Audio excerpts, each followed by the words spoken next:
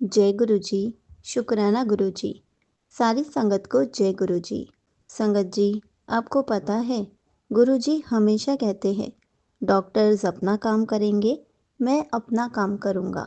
इसलिए हमें हमेशा गुरु जी पर विश्वास रखना चाहिए कि गुरु जी हर पल हमारे साथ हैं।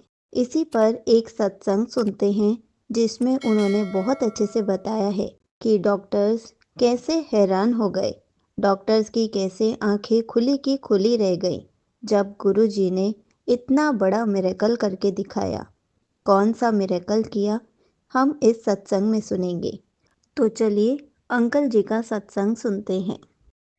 मेरा नाम मनी है और मेरी आंटी का नाम रीमा है।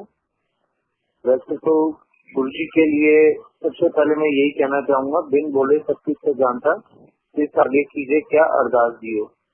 गुरु जी से कुछ मांगना नहीं पड़ता। गुरु जी को सब पता होता है कि हमारे को किस चीज की जरूरत है। ऐसे ही वैसे तो गुरु जी की बड़ी कृपाएं हैं हमारे पे, लेकिन कुछ मैं आपके साथ शेयर करना चाहूंगा, जिनमें से एक ये है कि मेरी आंटी की डेथ हो गई थी और गुरुजी ने उन्हें लाइफ दी। जब मेरे बेटी की डिलीवरी होनी थी तो आंटी के साथ मैं हॉस्पिटल में था। मेरे पास गुरुजी की एक छोटी फोटोग्राफ थी जिसमें एक क्लिप लगा हुआ था। तो आंटी को ऑर्नामेंट सुखवा चुके थे और ग्रीन गाउन डालने के लिए, चेंज करवाने के लिए ले जा चुके थे। उतने में मेरे दिल में आया कि गुरुजी की फोटोग्राफ आंटी के माथे पे लगवा दूं।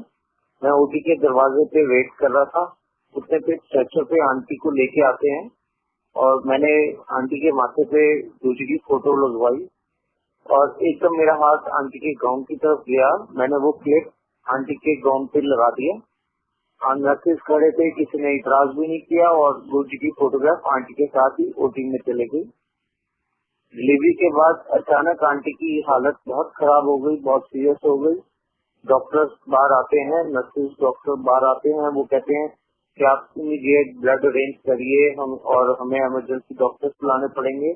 हमने कहा हुआ क्या? वो कहते बस टाइम वेस्ट ना करिए, आप फटाफट ब्लड अरेंज करिए। हम चले गए। हम पीछे से उन्होंने इमरजेंसी डॉक्टर्स भी बुलाए और वहाँ पर हम पीछे से शी वॉज फिनिश।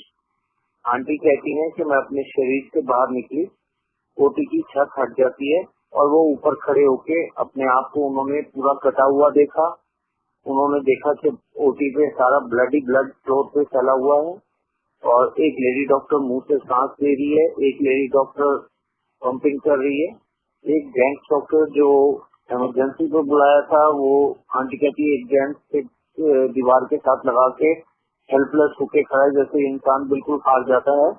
और आंटी के पैरों की तरफ हमारी डॉक्टर खड़ी थी जो बड़ी ओल्ड एज की थी। वो भी बड़ी शिवरिंग कर रही थी, बड़ी परेशान सी दिख रही थी। लेकिन आंटी कहती मैं सब देखी जा रही थी कि ये हो क्या रहा है। आंटी कभी अपने शरीर को देखती थी, अपने आप को कटा हुआ देखती थी। उस समय आंटी ने देखा कि आंटी की बॉडी पे जो गुरुजी की फोटोग्राफ है वो ब्लैंक हो जाती है और गुरुजी उसी चोले में जो फोटोग्राफ से निकलते हैं और आंटी से थोड़ा सा ऊपर जाते हैं और किसी से आंटी का नाम ले लेके बार बार लड़ते हैं। आंटी कहती थी मैं बड़ी हैरान थी कि गुरुजी क्यों मेरे लिए मेरा नाम ले लेके इतना लड़ रहे हैं। आंटी ने दूसरी तरफ नहीं देखा कि कौन है, लेकिन गुरुजी को बार बार आंटी का नाम लेते हुए लड़ते हुए देखा। उस समय गुरुजी ने आंटी को पुश किया और आंटी बॉडी में चली गई और आंटी को लाइफ आ गई।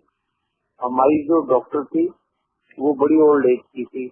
वो कहती कि हजारों साल में सुना है कि कोई मर के जिंदा होता है, पहली बार देखा है कि कोई मर के जिंदा हुआ है। कहती कि मैं तो ये सोचती थी कि बाहर आके कैसे कहूँ कि 3 बच्चों की माँ नहीं रही।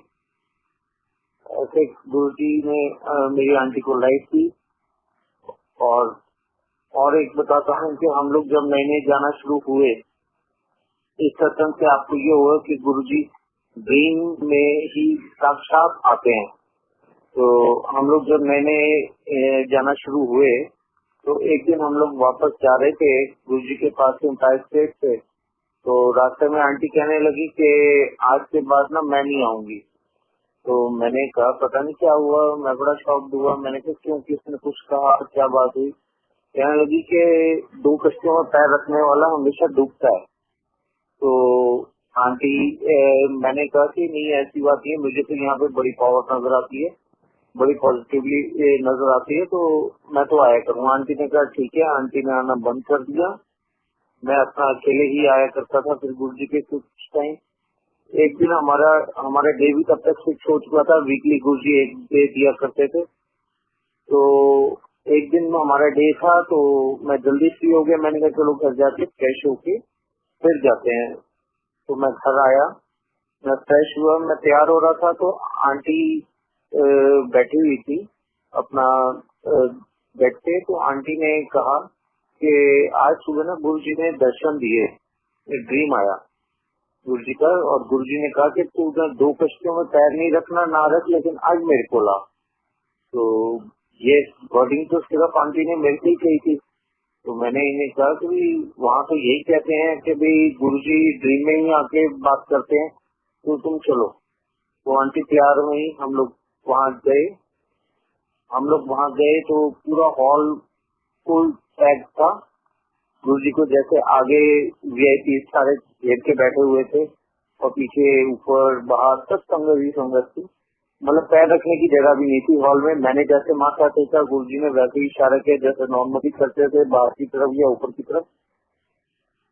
तो आंटी ने जैसे ही माथा टेका, गुरुजी ने अपने चरणों में जगह बना ली।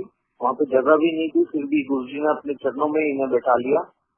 और दूसरी बात आंटी कहती, मैं देख के शॉक्ड हो गई कि गुरुजी ने सुबह ड्रीम में जिस चोले में दर्शन दिए थे, वही चोला शाम को पहन के बैठे हुए थे। तो ये सब गुरुजी ने आंटी को ये बताने के लिए किया कि ये तुझे ये कोई ड्रीम नहीं था, ये तुझे मैंने बुलाया है।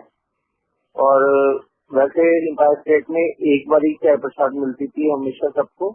उस दिन एक बार ही आंटी को मिली। दोबारा गुरुजी ने सिमला अंकल को इशारा करके बुलाया और दोबारा चाय प्रसाद दिलवाई। तो लाइफ तो गुरुजी ने उसी टाइम ही ब्लेस कर दी कि गुरुजी को तो सब पता होता है फ्यूचर का कि किससे क्या कष्ट आने वाला है। गुरुजी ने शायद उसी दिन ही आंटी का कष्ट काट दिया था। तो वैसे तो सत्संग बहुत है। गुरुजी ने गुरुजी ने जब भी आंटी ने माथा टेकना, गुरुजी ने यही कहना, कोई पास खड़ा होता तो गुरुजी क्या करते थे, करोलवा वाली आंटी है। क्यों आंटी करोलवा वाली आंटी है ना, ऐसे करके गुरुजी हमेशा से क्या करते जा ऐश कर। मतलब गुरुजी ने बहुत प्यार दिया, बहुत कृपा करी। हमारी बेटी हुई तो गुरुजी ने उसका नाम भी रखा महक।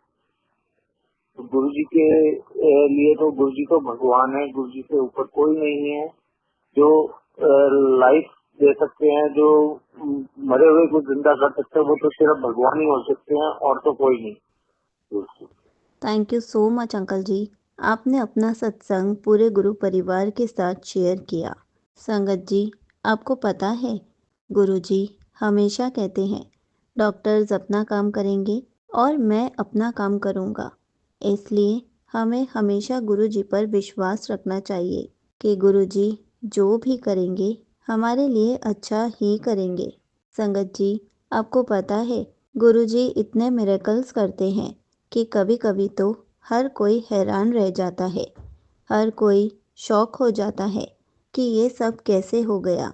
जैसे कि अंकल जी ने बताया कि डॉक्टर्स भी हैरान रह गए, डॉक्टर्स भी शॉक हो गए कि ये एकदम से कैसे हुआ। संगत जी, देखा आपने, इस सत्संग से हमें ये पता चलता है कि जहाँ भी जाए गुरु जी को साथ लेकर ही जाएं। जब हम गुरु जी को साथ लेकर जाते हैं तो गुरु जी हमारे साथ कितने मिरेकल्स कर सकते हैं, हमें हर तरफ से बचाते भी हैं, हमारी केयर भी करते हैं। इसलिए हमेशा गुरु जी का स्वरूप अपने पास ही रखें ताकि गुरु जी हमारे साथ जाएं और हमारे साथ ही वापस आएं। और इसी तरह से हमारे ऊपर कोई गुरु जी कष्ट नहीं आने देते, हमें हर कष्टों से, हर विपदा से बचाते भी हैं। और गुरुजी हमें ड्रीम में आकर भी सब कुछ बता कर जाते हैं कि तेरे साथ ये हुआ था, मैंने तुझे बचा लिया, मैंने तुझे लाइफ ब्लेस कर दी। इसलिए हर पल गुरु जी का शुक्राना करते रहें, क्योंकि गुरु जी हमें इतनी सारी लाइफ ब्लेस करते हैं, इतने सारे कष्टों को दूर करते हैं, इतनी सारी प्रॉब्लम से दूर करते हैं, तो हमें गुरु जी का शुक्राना करना तो बनता ही है। इसलिए हर पल गुरु जी का शुक्राना ज़रूर करें। जय गुरु जी। शुक्राना गुरु जी।